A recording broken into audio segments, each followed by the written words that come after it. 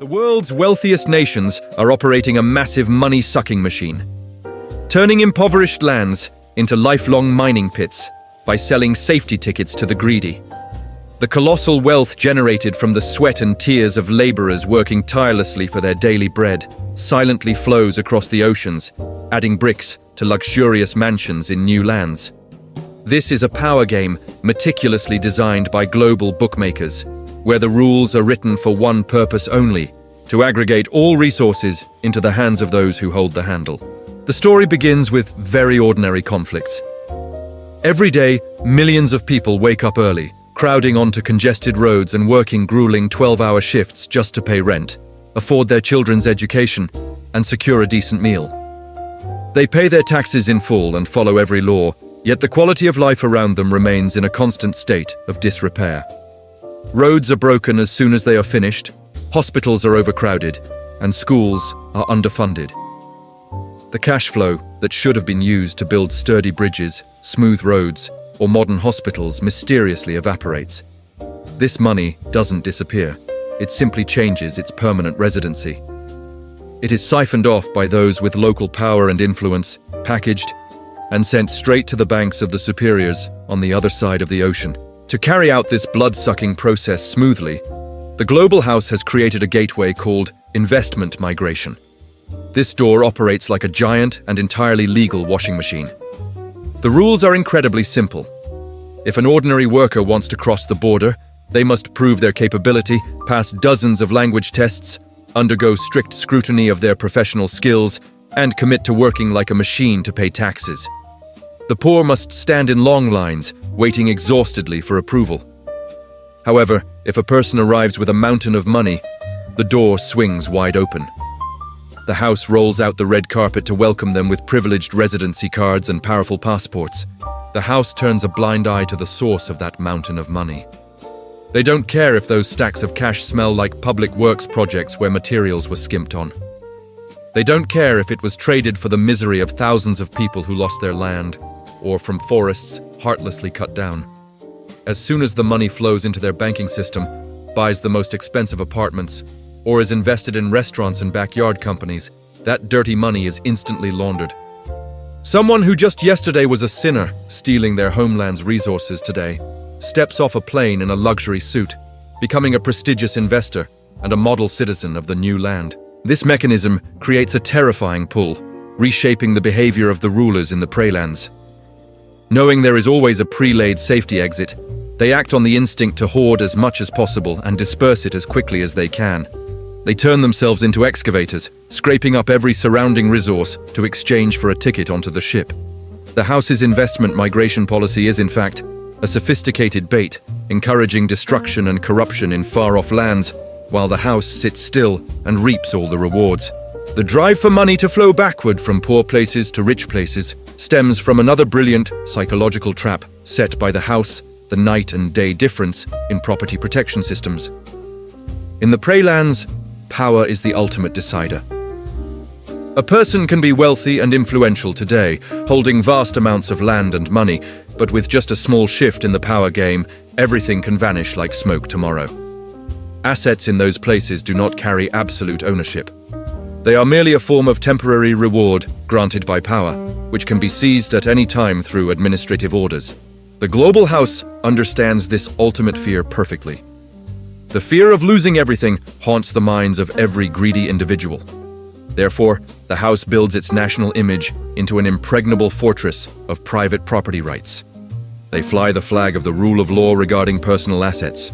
They send a clear message to all the scavengers worldwide: once the money is in the house's account, once the name is on the title deed of a villa, no power, not even a head of state, can touch that wealth. This sharp contrast creates an inevitable phenomenon of capital migration. Those who make money through cunning, bribery, and trampling on their own compatriots are the ones who have zero faith in the very system they are indulging in. They know full well that the loopholes they use to make money are the same loopholes that can swallow them at any moment. Therefore, sending money abroad, buying houses, or purchasing shares in a safe land is not just a profitable investment. It is the act of buying insurance for their lives and fortunes. The house doesn't need to send armies to plunder resources like in previous centuries. They only need to create an extremely secure safe, and the employees in poor countries will automatically bring the wealth to deliver it in person. This siphoning process is operated so smoothly that ordinary workers are deceived by illusions of upward mobility. A young man works overtime tirelessly, skimping on food and clothing to pay for a tiny apartment. His lifetime's worth of money flows into the pockets of real estate tycoons. These tycoons then use financial tricks to move that money abroad to buy giant mansions for their children. In the end, that young man carries a 30-year bank debt on his back for a low-quality concrete block, while his sweat and effort have permanently evaporated from the local economy to join the massive capital pool enriching the house. The wealth gap doesn't just happen within a single piece of land, it is a global-scale transfer of assets.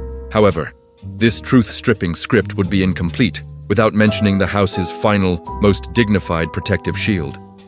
When the siphoners have dispersed enough assets and moved permanently to the new land, the prey land often wakes up or undergoes internal purges.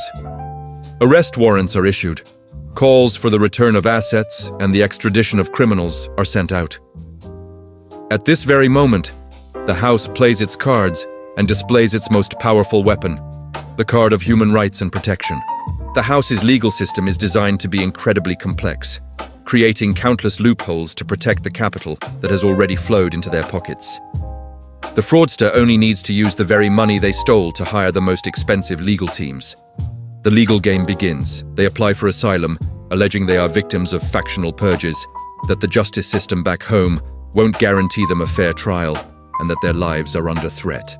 At this point, the house dons the cloak of a moral patron. They cite international conventions, express deep concern over the human rights situation, and refuse extradition requests. The play is perfectly staged. On the outside, the house appears as a solid bulwark, protecting humans from brutality. On the inside, they are simply protecting their VIP clients and the massive capital sitting comfortably in their financial system. In this way, the house keeps the mountain of money while maintaining its good reputation on the international stage. Meanwhile, the prey land sinks into helplessness.